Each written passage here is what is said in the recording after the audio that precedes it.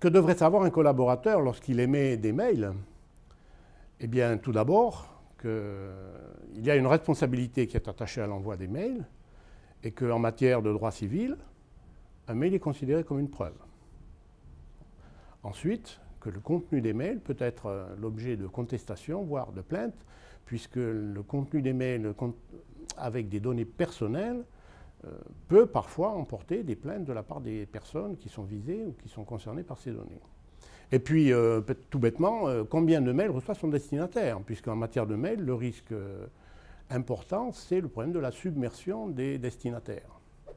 L'usage des messageries dans le cadre professionnel peut avoir un impact très significatif, positif ou négatif, sur une organisation. Pour deux raisons principales, me semble-t-il. D'une part, les courriels sont engageants pour l'entreprise. Il est donc important de définir qui a le droit d'écrire à qui sur tel ou tel sujet. D'autre part, en termes d'organisation interne et d'efficacité opérationnelle, il est important de poser des règles sur l'usage du mail au sein de son organisation. Par exemple en évitant une inflation documentaire excessive, en veillant à ne bien envoyer les messages qu'aux personnes qui ont vraiment intérêt à en connaître. Cela permet d'éviter de submerger les collaborateurs de messages avec les effets de stress que cela peut avoir pour eux. Donc d'une façon générale, il faut avoir un usage modéré et, si je puis dire, réglementé en quelque sorte du courriel afin d'éviter l'obésité informationnelle et l'usage anarchique des échanges.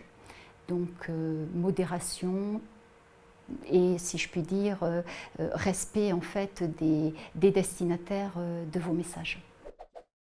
Rediriger un mail n'est jamais sans conséquence.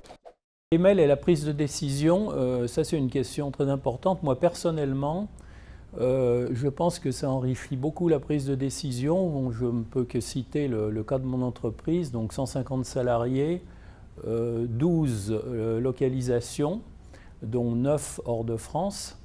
Et donc l'arrivée des mails depuis une vingtaine d'années nous a permis, en tout cas m'a permis en tant que chef d'entreprise, d'élargir le champ des prises de décision, de l'élargir à plus de collaborateurs, à plus de managers en particulier. Donc moi j'ai une vingtaine de managers dans les bureaux, etc. Effectivement, il y a énormément de cas où on cherche l'avis de tout le monde et ça a accéléré beaucoup la prise de décision et surtout les éléments qui permettent une prise de décision. Donc moi je trouve que c'est très positif.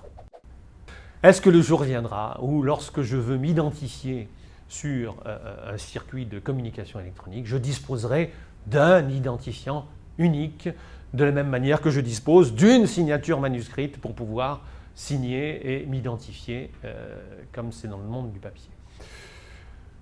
Le jour viendra peut-être, mais ce n'est pas encore aujourd'hui. Pourquoi? Parce que les procédés qui permettent justement de signer, c'est-à-dire d'une part de s'identifier et d'autre part de marquer le consentement à un acte, sont aujourd'hui très disparates.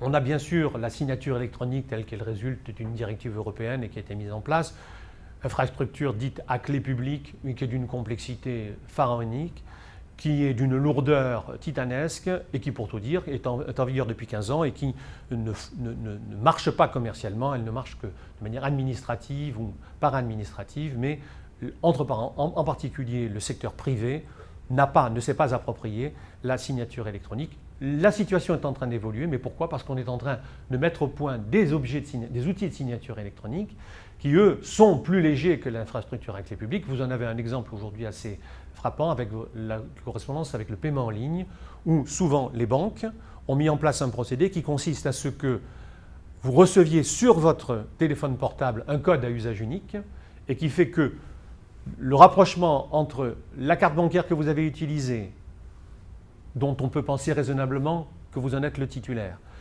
le code à usage unique qui arrive sur votre portable au moment où vous êtes devant l'appareil suffit pour opérer cette double question de l'identification, mais en réalité de l'identification et du consentement, parce que signer, ça signifie s'identifier et consentir.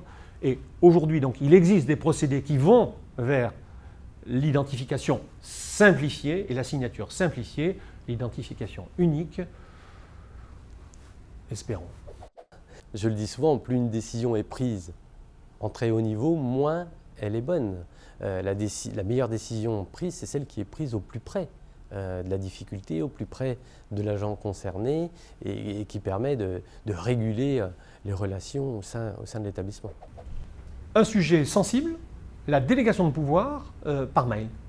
On sait que le chef d'entreprise a la possibilité, et souvent même le devoir, de déléguer ses responsabilités, ne serait-ce par exemple qu'en matière d'hygiène et de sécurité. Bon.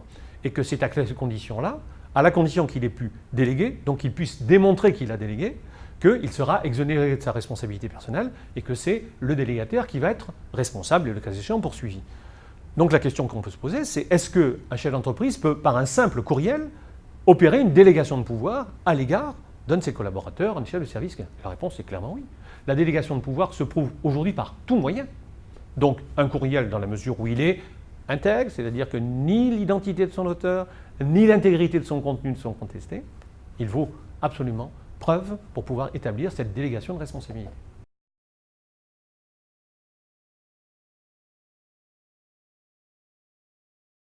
À risque bien compris, mail bien écrit.